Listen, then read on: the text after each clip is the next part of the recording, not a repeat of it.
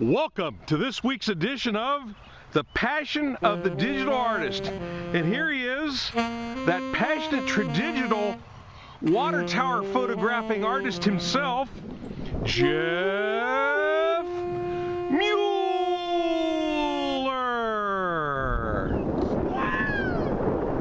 As I walk forward and try not to bump the camera too much, I can see right now it's a bumpy ride. And we're still showing the tower, but we're going to lose the top of the tower here pretty soon. Yep. Whoa, this is great.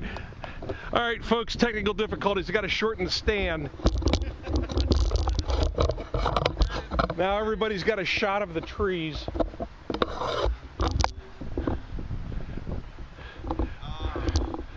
All right, this is like... Yeah, I'm sorry I made you mobile. You're not need a little trundle wheel on this stand or something. Yeah, all right. Hey Xavier, how are you? I'm great, Jeff. How are you? Good. Look at this, folks. Oh yeah. Look at that. Oh my God, is that up there? How tall is that, Jeff? I have no idea, but I should get some stats. I'm gonna. Yeah. What this is that this is the North Canyon Water Tower, and what happens is for the last I've been living in North Canyon, and I've been basically this is on my way in the morning to work when I go to Starbucks. I stop off at Starbucks, and I see this water tower every single morning. And what I've always thought about the water tower is that this water tower, out of all the water towers I've ever been associated with, it blends. It's like a chameleon. You know, it's basically what they've done there is the same principle that they used on warships during World War II to make them blend into the ocean, look smaller, with that striping and the different colors. And you would think, well, how can that water tower blend into those blue trees and everything? Well, the thing is, when you're on the road, you see the tree line, the tower is above it, but it just fits so aesthetically with the sky. Right, and if it's a purple sunset, or if it's a gray day, or if it's foggy, it's always changing the same way that the sky and its surroundings. So something so big and so huge, and it just blends in. And I've always been fascinated by this.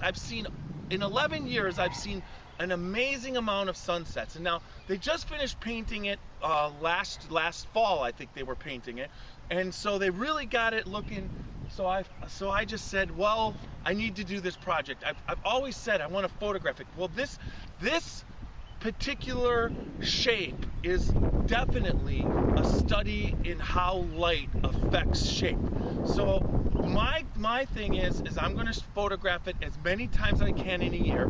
I photograph it every single morning that I drive by, and then maybe once or twice in a day. So when I drive by, I come here and I take the photograph. My main thing is I've been posting it on Instagram, which then goes to Facebook and Twitter. So I'm starting to get a little bit of following after 2 weeks. This is 2 weeks into this, and someone came up with this where I should do 50 of them when I'm finished. Pick out the 50 best and call it 50 Shades of Blue instead of 50 Shades of Gray. So this is my project, and it's going to be, how big it gets depends on where, oh, there's a really nice loud car, but that's what happens when you're outside. But it depends how many, and then I'm going to do paintings, and I think I'm going to do posters, and I think I'm going to do a canvas with multiple paintings, like all 50 3x3 paintings, study of light. And it's similar to what Monet did with his hay bales. But this is going to be with the water tower. I just am fascinated with it. Let me say, I think you have more of a challenge if you are the architect and designer on that water tower than Monet had with his hay bale. Well, because that's something that really shouldn't be on the landscape, but it is, and somehow they've managed to make it unobtrusive. Right. Under all forms of light. Even though there's just subtle differences sometimes, but they're always there. It's different at 1 o'clock. It's different at 5 o'clock. It's different at 5 o'clock in the morning. It always is changing. And then there's certain. It's going to be different in a thunderstorm. I'm going to come out and photograph this as many times, and then hopefully in the end I'm going to have a book. I'm going to put out a book. So Yes. that's what my But if goal it's a is with that. thunderstorm, be careful because it's like the biggest lightning rod in the Yeah, area. But I think we could get some amazing results. So, with that said, I wanted to first,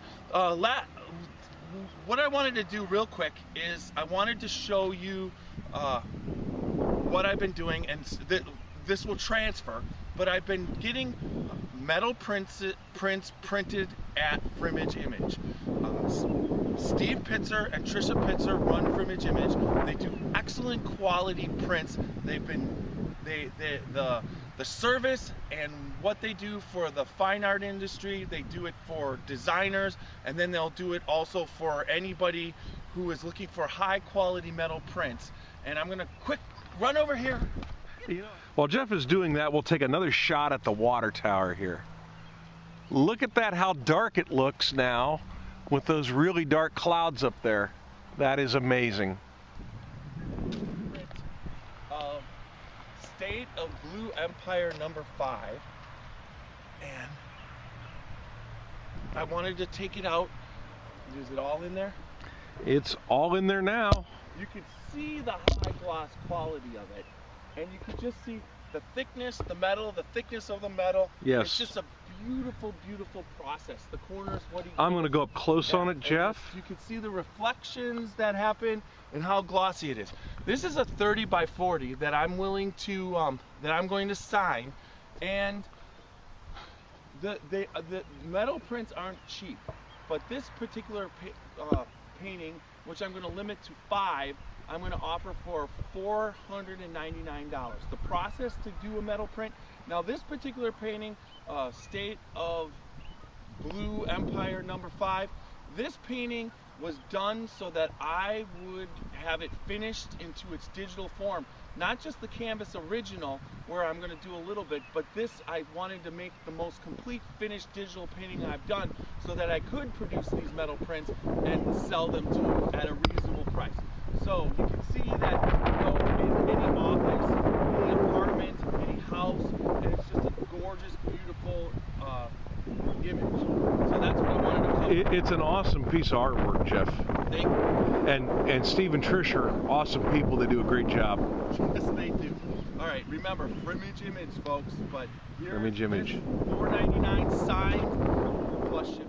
And here we are in from the cold. My gosh, we had July weather a few days ago, yesterday, and it's really blowing out there now, folks. Yeah, it's back into the 60s and 70s this week, but I'm okay with that. I would say it's down in the 50s now. That was cold up there on the hilltop, but that was fun. That was interesting. Yeah, I hope it all turned out. Once again, back into the studio.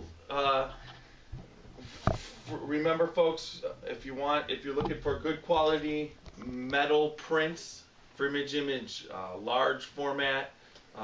They've got it, some beautiful imagery, whatnot. Just check them out. So there we go with that. Perfect. As far as the 50 Shades of Blue, you kind of saw what I did post. I posted the picture tonight that we took of the water tower. That is image number 25. Day 15. So if you check out my Instagram, I'm Computer Art Man on Instagram, or my Facebook, Computer Art Man on Facebook, or Jeffrey Mueller also, that'll be up there too. So I definitely plan this is going to be a year-long project, so we'll give you updates as it goes through. I have been working on Crossroads. We've covered that a couple times. Don't have to go into the actual details, but I'm getting further. It's starting to take shape, and I'm pretty excited about it. So, other than that, it's been a great week. How about you? Hasn't been a bad week. So, until the next time. Have a good one, folks.